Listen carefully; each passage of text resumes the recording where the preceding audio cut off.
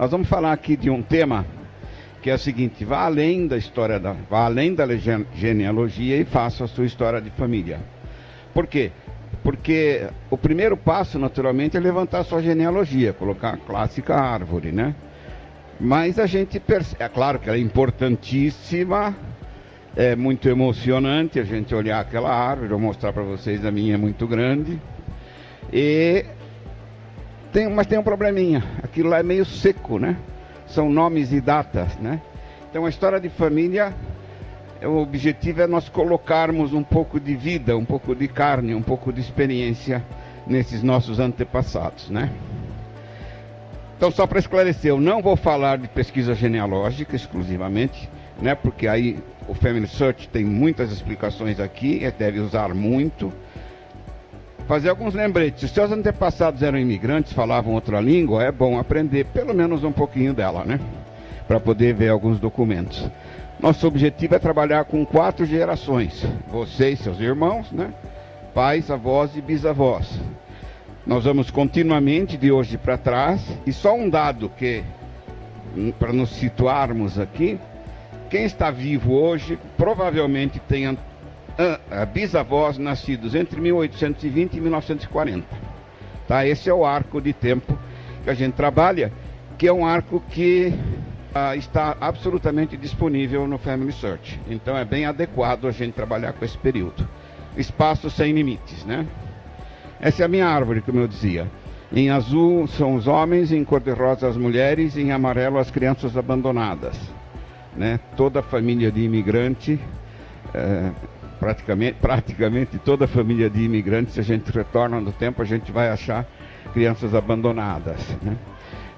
Ela cobre 16 gerações, chega até 1480. Até mais ou menos esta linha aqui é possível fazer pelo Family Search, que são os registros civis. Daqui para trás foi feito nas próprias paróquias italianas, tá? Não tem nenhum registro copiado, eu tenho todos fotografados, inclusive. Isso é uma maravilha. Eu às vezes olho para isso, quando eu consigo colocar mais um nome aqui, eu choro de alegria, etc, né? Mas, como eu falei, falta aquele tchan pessoal, né? Então a gente vai trabalhar com 4 gerações aqui: eu, meus pais. Se vocês olharem, hoje seria aniversário de minha mãe, tá? Estaria fazendo 107 anos. Meus avós, Virgínio, do qual eu herdei o prenome, como vocês veem, como era muito comum nas famílias italianas. Maria Giovina Greco, essa é a única brasileira das minhas avós, todos os restos são italianos. Os 2 italianos do lado da minha mãe e meus 8 bisavôs e bisavós, né? A primeira coisa que a gente deve fazer é fazer uma listagem dos locais de onde eles vieram, ou onde eles viveram, se eles estiveram sempre aqui, né? A região, a cidade, província ou estado, se for no caso de São Paulo, a cidade e tal. Por quê? Porque nós vamos ver agora como é que é feita. É bom começar por conhecer os lugares onde a família conheceu. Por que os lugares? Nós vamos ver. Onde é que você vai achar informação sobre isso? Você tem que listar as cidades.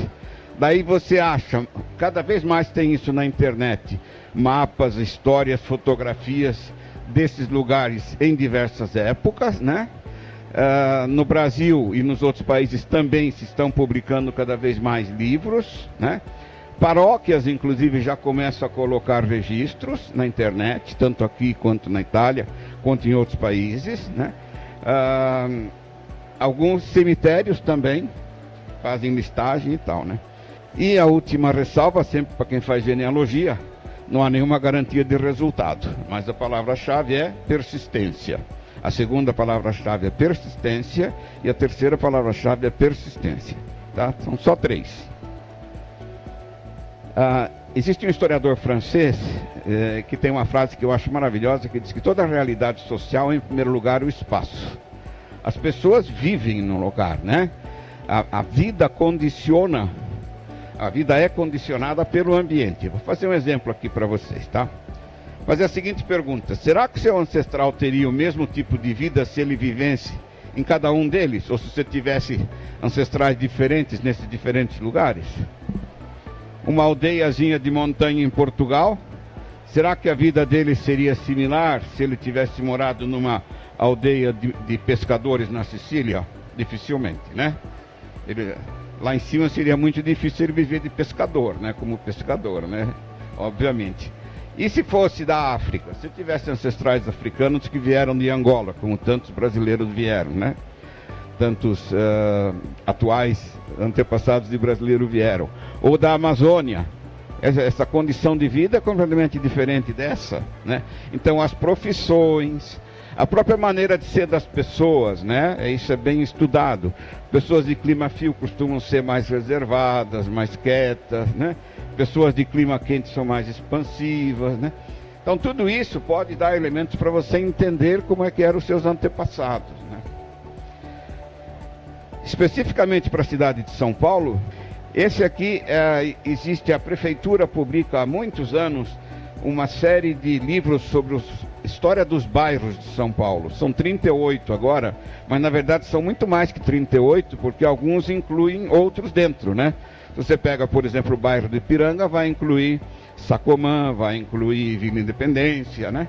Uma série delas. Então, a cidade de São Paulo tem esses livros sensacionais, grátis, são impressos para quem quiser ir buscar lá no arquivo histórico, ou são grátis por PDF, né?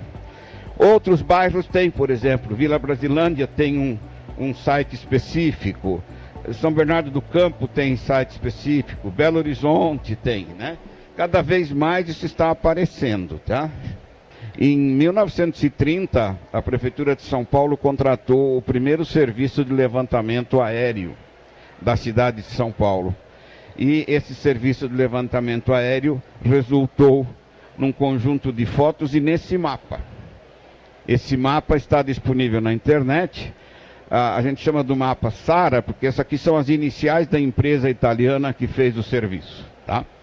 Ela se estabeleceu aqui no Brasil. Esse mapa está disponível quase São Paulo inteiro. Onde é que você vai buscar essas informações para criar a história da sua família, né? Uma série de documentos são genéricos. Na internet tem sites, livros, teses, inclusive filmes, etc., falando. Se for numa cidade da Itália, se for numa cidade da Europa, se for numa cidade do Japão, se for numa cidade de N lugares, você tem muito material disponível aqui. Praticamente cada grupo que teve grande imigração em São Paulo tem um centro cultural onde tem história, documentos, etc. Se vai também procurar informações de documentos públicos sobre cada pessoa, aí entra o Family Search, naturalmente, com toda a sua importância, mais registros civis e religiosos, cartórios, cemitérios, jornais, etc. Memória familiar. Procure na sua família algumas coisas. Eu vou mostrar dois objetos que eu achei maravilhosos na minha família. E estude também um pouco de onomástica, que é o estudo dos nomes. Então você pode se perguntar por que o meu avô chamava fulano, né? Antônio. Daí você vai descobrir que a família era devota do Santo Antônio, ou no caso de você de origem oriental, escolheram talvez uma tradução do nome, né? Tem, para cada situação você tem coisas maravilhosas aí, né? Vou mostrar dois objetos aqui. Bom, espera um pouquinho, antes disso eu vou fazer uma referência. Então, na família você viaja, vai nas fazendas onde eles trabalharam, a maior parte dos imigrantes trabalharam em fazendas no interior. Pergunte aos parentes mais velhos, pergunte rápido. Pergunte rápido. Um dos maiores arrependimentos que quem faz genealogia tem é deixar para ver aquela tia-avó depois. Eu vou amanhã, hoje eu não posso, e um belo dia não dá mais para ir ver a tia-avó, né? Então, grude-se a eles, tá? Fazer contatos de família, redes sociais, internet, etc., que vocês conhecem bem. Visitar as cidades, vou mostrar alguns livros de outras cidades também, outros países. Cada vez mais teses e dissertações de mestrado estão disponíveis na internet, né? Principalmente em relação à vida dos imigrantes, etc., mas também sobre São Paulo Antigo, etc. E procurar site da cidade, se você tiver, né? Esse aqui é um dos objetos que eu coletei na minha família. Essa era a minha avó materna. Peraí. É o santinho de sétimo dia, da missa de sétimo dia. Né? Na Itália se usa até hoje, no Brasil se usou muito, né? A experiência mostra que, em geral, quem guarda esses santinhos, ou quem guardava, hoje quase não se usa, eram as mulheres, né? E no interior, tipicamente, ficavam em caixa de sapato, né? Cada vez que eu achava uma caixa de sapato na minha pesquisa, eu sabia que ali vinha uma série de coisas boas, né? Principalmente os santinhos, né? Ele é dobrado, né? Ele é dobrado assim, e durante a missa a pessoa leva.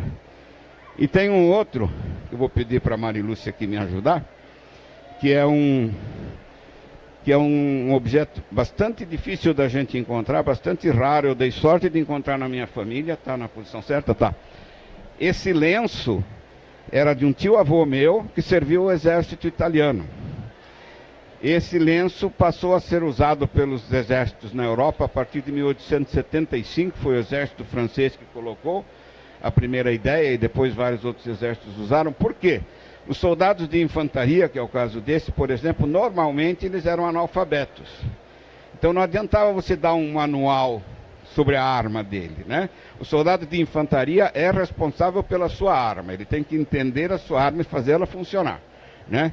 Então, se dá um livrinho não adiantava nada, né? Primeira chuva o livrinho desmanchava, além disso ele não sabia ler, né? Então isso aqui é o funcionamento da arma dele todinha em figuras. Ele vê as peças, ele vê os pedacinhos, o que encaixa onde, como é que ele tem que fazer para cuidar do seu rifle, né? E foi feito de uma maneira muito inteligente. É um papel, é um pano resistente e é uma tinta resistente. Então, ele sempre levava como proteção, às vezes podia, né, colocar no pescoço para se esquentar. Se fosse o caso de um acidente ou de um ferimento, isso aqui podia se transformar numa tipóia no braço. Enfim, tem todas as condições para funcionar como coisa prática. E como era prática, eles guardavam, né? Obrigado. Eu me emociono muito quando eu vejo isso, porque isso tem mais de 100 anos. Meu tio-avô serviu mais ou menos entre 1902 e 1905. Então esse lenço tem 120 anos, né?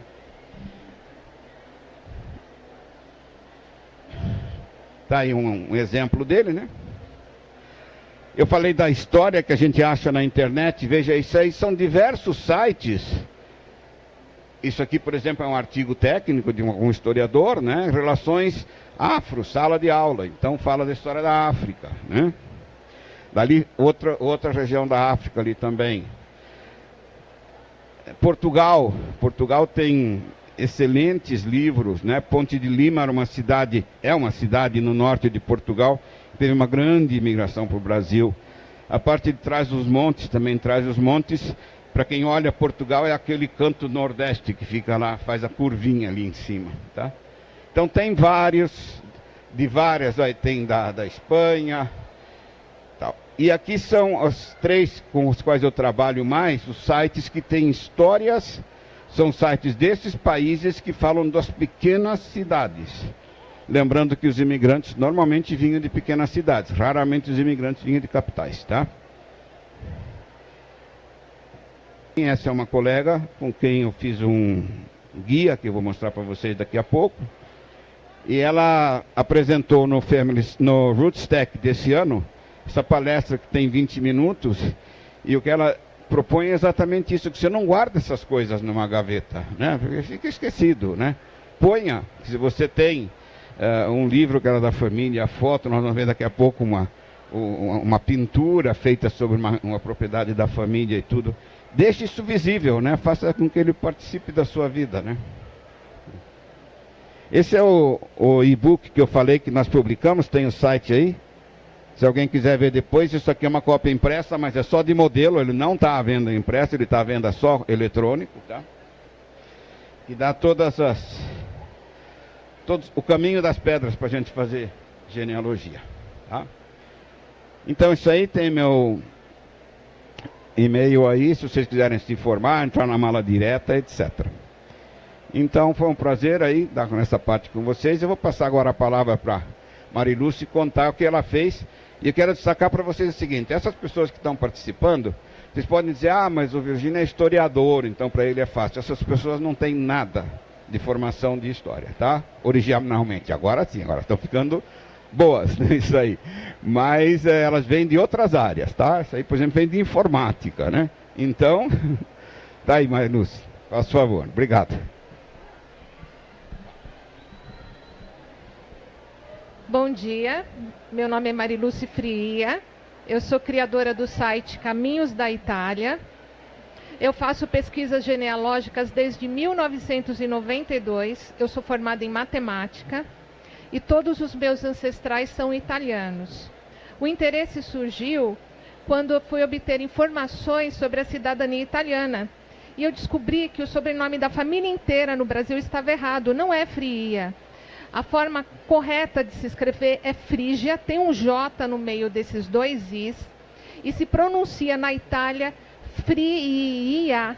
É um sobrenome raro, tanto no Brasil como na Itália, e todos que têm esse sobrenome são provenientes do comune de Coringa, na província de Catanzaro, na Calábria.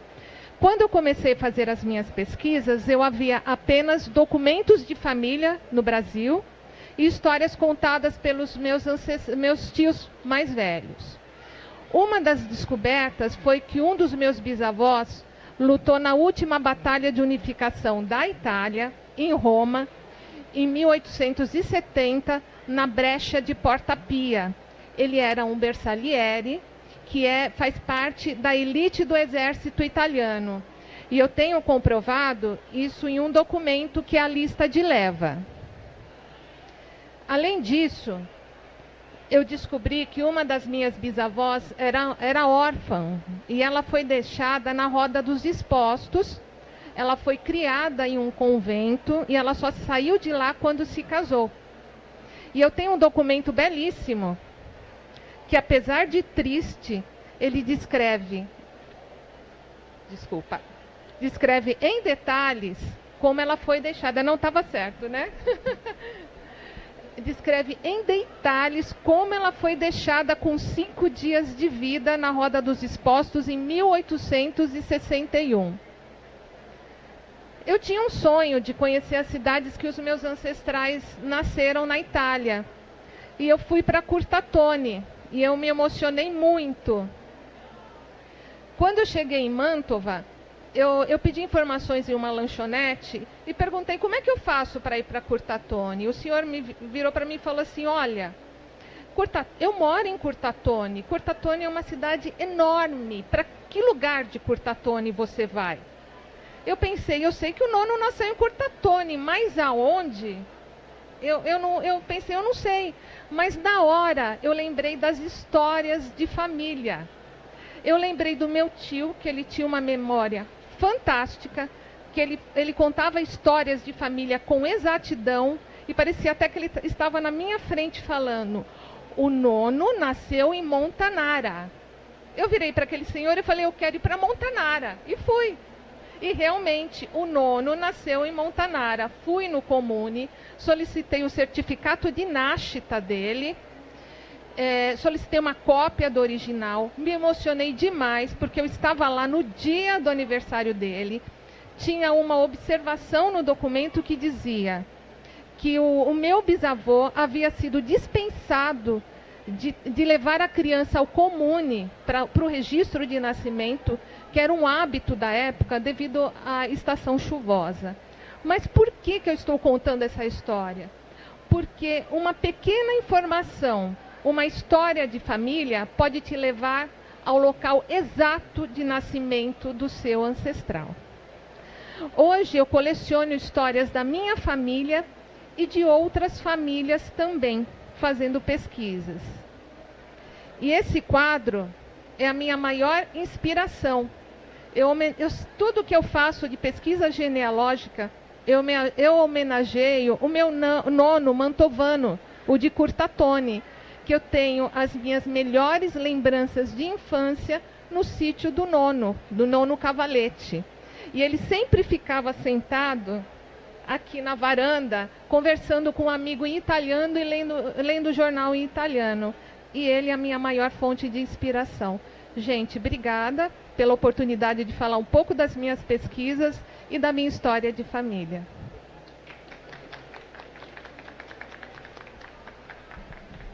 Então, obrigado. Se alguém tiver alguma pergunta, nós vamos estar por aqui. Tá? E é um prazer, foi um prazer ter estado com vocês aqui.